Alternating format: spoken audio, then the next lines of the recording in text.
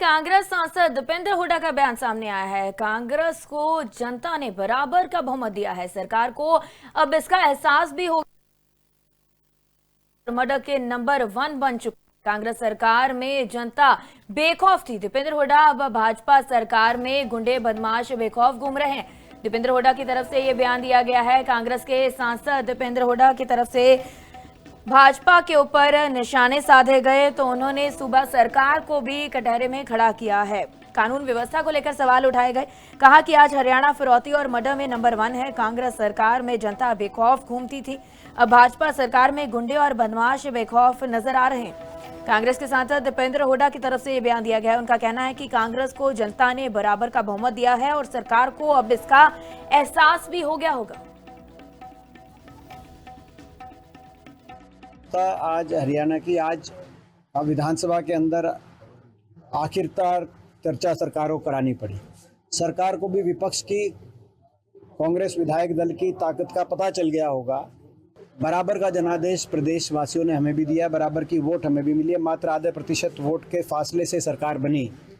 ऐसे में विपक्ष की टक्कर की आवाज़ है और हम जनता की आवाज़ उठाएंगे। और यदि सरकार उसकी तरफ पर उसकी परवाह नहीं करती तो हम लड़ाई लड़ने से पीछे विपक्ष नहीं हटेगा। विधानसभा में आपने देख लिया, कानून व्यवस्था इस सरकार में पूरी तरीके से ठप हो चुकी है। हरियाणा में कानून व्यवस्था है गायब। कांग्रेस सांसद दीपेंद्र हुड्डा का बयान सामने आया है। कांग्रेस को जनता ने बराबर का बहुमत दिया है। सरकार को अब इसका एहसास भी हो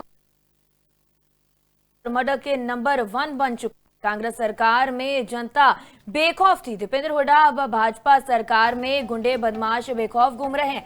दीपेंद्र हुड्डा की तरफ से यह बयान दिया गया है। कांग्रेस के सांसद दीपेंद्र हुड्डा की तरफ से भाजपा के ऊपर निशाने साधे गए तो उन्होंने सूबा सरकार को भी कटहरे में खड़ा किया है। कानून व्यवस्था को लेकर सवाल उठाए गए।